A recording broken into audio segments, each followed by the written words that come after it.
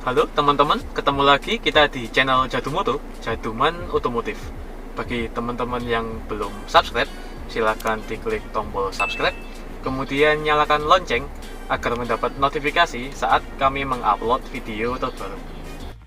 Beberapa waktu yang lalu, kami kedatangan customer yang menanyakan tentang cara untuk membaca tabel informasi pada MID atau Multi Information Display. Kita sering menyebutnya sebagai speedometer. Sehingga video kita kali ini akan sedikit membahas tentang bagaimana cara untuk membaca tabel informasi, terutama berkaitan dengan konsumsi bahan bakar pada MID atau Multi Information Display. Kendaraannya adalah All-New Fortuner tahun 2021. Bagaimana caranya? Langsung aja kita bahas.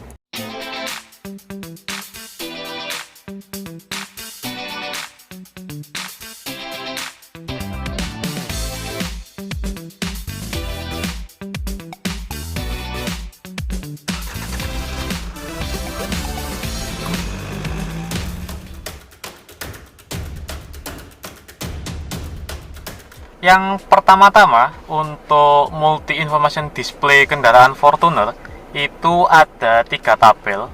Yang pertama ini adalah I, itu untuk informasi.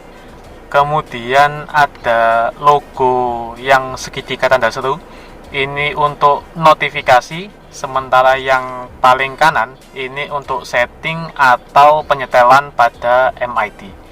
Untuk video kali ini kita akan membahas informasi yang ada pada tabel I atau informasi.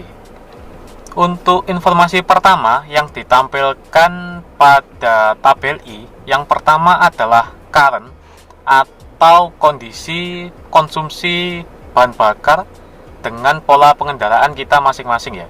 Untuk yang sebelah atas yang ada tulisannya current itu, di bawahnya kan ada bar. Ini kan ada bar. Bar ini akan bertambah atau berkurang tergantung dari pola pengendaraan kita, dari injakan gas, kemudian juga dari kecepatan kendaraan. Nanti akan dirata-rata oleh komputer sehingga memunculkan rata-rata pengendaraan kita seperti ini. Untuk mencapai 100 km, kita butuh 16,4 liter bahan bakar. Untuk mereset hitungan dari komputer, kita tinggal menahan tombol pada steering wheel. Kalau ini ditahan, maka hitungan pada MID akan direset kembali. Informasi kedua di tabel informasi adalah range. Di sini untuk range itu komputer memprediksi dengan jumlah bahan bakar yang sekarang ada di tangki, kita bisa berjalan seberapa jauh lagi.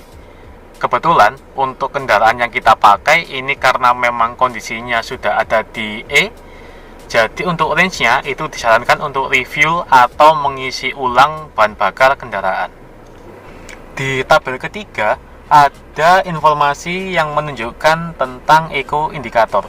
Eco indikator ini berbeda dengan eco mode. Eco indikator sendiri adalah indikator yang menunjukkan apakah pola pengendaraan kita itu sudah masuk eco drive atau tidak.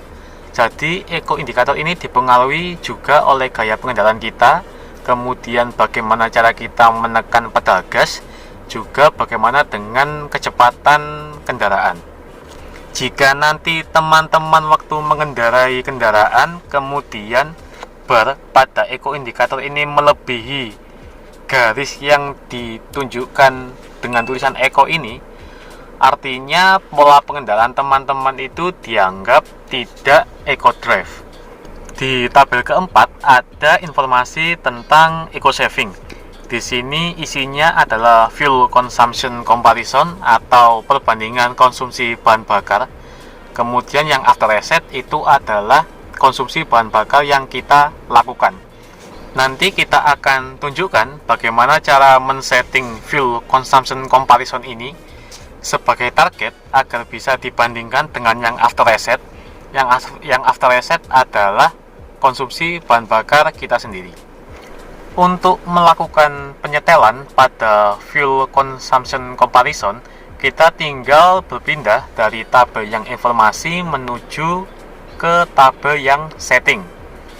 Setelah kita masuk, tinggal kita tekan, kemudian kita pilih meter customize, kemudian kita masuk pada pilihan eco saving, kemudian kita OK.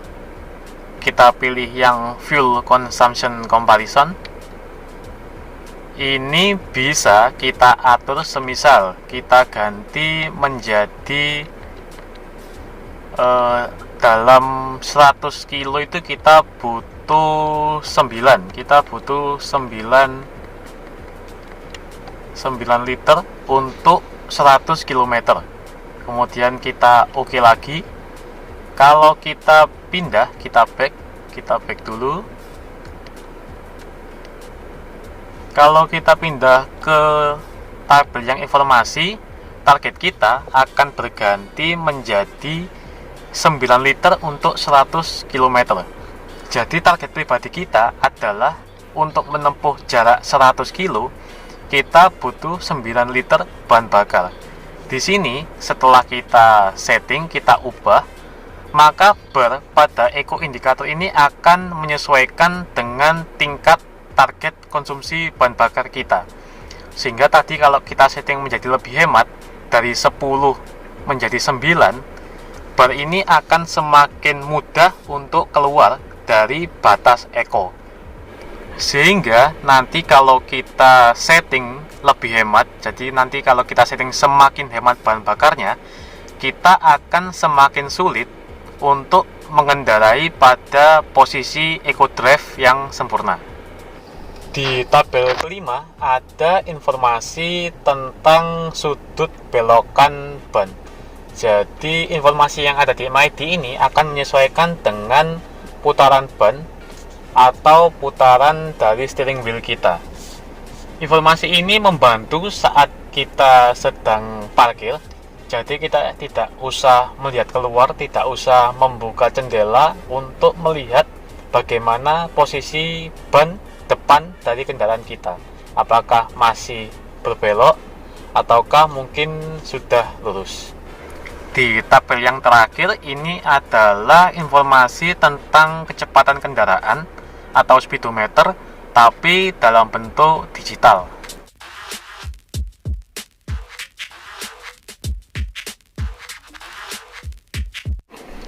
Kira-kira seperti itu video kita kali ini.